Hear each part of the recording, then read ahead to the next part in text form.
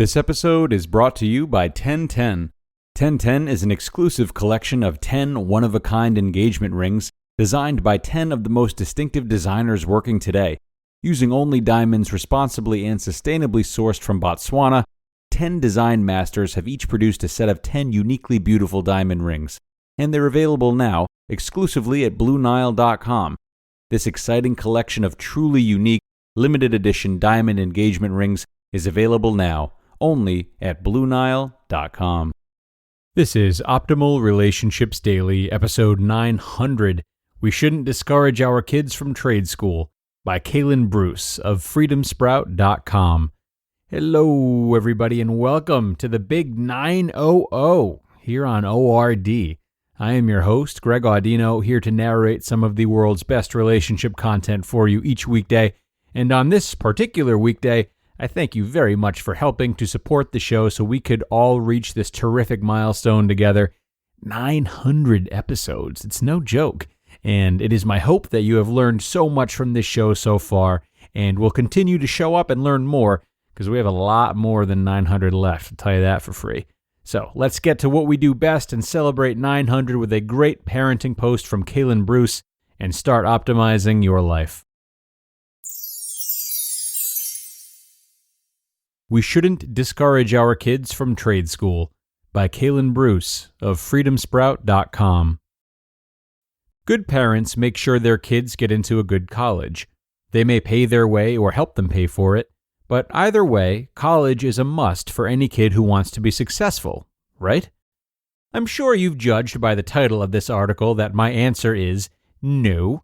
There is a stigma surrounding people who don't go to college.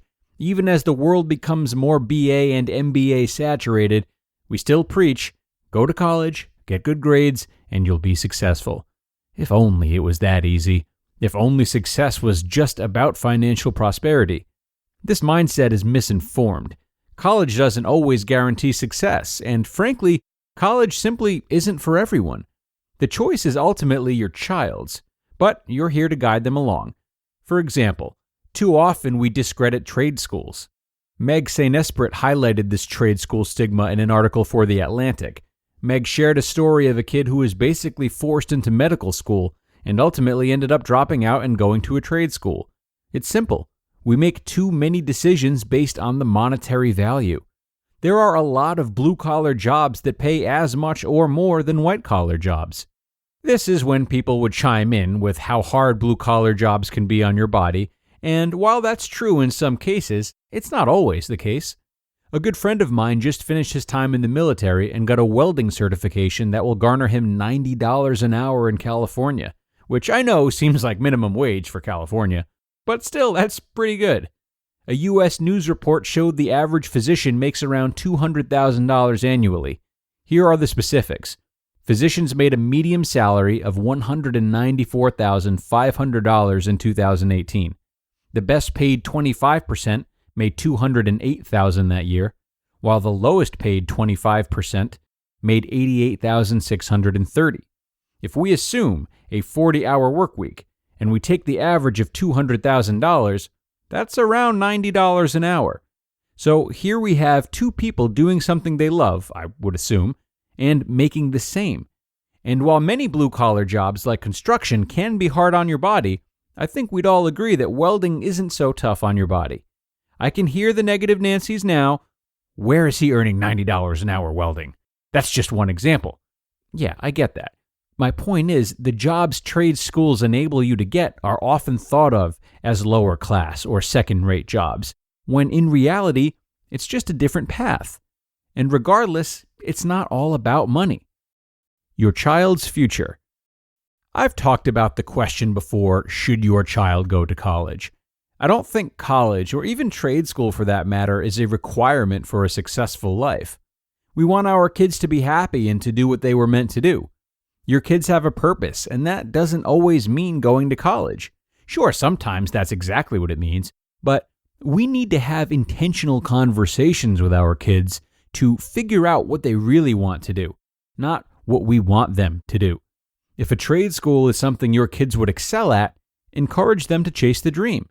When you consider how much less expensive trade schools are, Generally speaking, and when considering how much more quickly they will be in the workforce, the financial upside is still looking pretty good. Forbes published an article with the top 25 two-year trade schools to get started on your research if you think your kids would be a good fit for trade schools. We can't talk about trade schools without bringing Mike Rowe, the former host of Dirty Jobs, into the conversation. He's been a huge advocate for trade schools and community colleges. Mike says, the simple truth is, quote, we're lending money we don't have to kids who can't pay it back to educate them for jobs that don't exist anymore, end quote. And he's right. Quote, my advice is don't rule out a community college or a trade school. That's what I did. I graduated at a community college, and it was the best thing I ever did, end quote. The choice is theirs. Whether your child wants to become a doctor, lawyer, welder, graphic designer, or any other career path, it's up to them in the end. I think we all want what's best for our kids, and sometimes that means letting them make a choice we don't agree with. Out of our 5 kids, I wouldn't be surprised if 1 or 2 went to college, 1 or 2 started a business, 1 went to trade school, and 1 joined the military. As long as their decision is intentional, we will let them determine their own path. You just listened to the post titled, We Shouldn't Discourage Our Kids from Trade School by Kalen Bruce of freedomsprout.com. Really wonderful points made by Kalen here today. I was just having this discussion yesterday about how the college bubble is bound to burst soon, given how expensive it is and that trade jobs are making a comeback. Of course, there's still a lot of emphasis on strictly pursuing classically higher paying jobs like doctors and lawyers at the moment, but these two are bound to clash soon, and when they do, I think that trade schools are going to make a significant comeback. But in the meantime, as Kalen says is most important, is supporting your child and letting them embrace their own choices. If you do feel particularly strongly about your child entering a certain field, well, channel your energy into explaining to them why you feel that way and what you feel the perks are. Explain your concern, but don't demand their participation. And you may want to balance this out by asking them for 2 to 3 fields they're interested in that differ from your preferences, and promising to help them find just as much information, good and bad, about that field as you've shared about your field of choice. This is a really great way of balancing and embracing your child's choice, assisting them in what they want, yet also sharing your thoughts as a concerned parent that wants them to succeed. And that is going to wrap up the week for ORD, everyone. Many thanks for spending these last 5 days with me. Go out there, have a wonderful weekend, and I sure hope you come back and join me again for a new week of relationship content on Monday, where your optimal life awaits.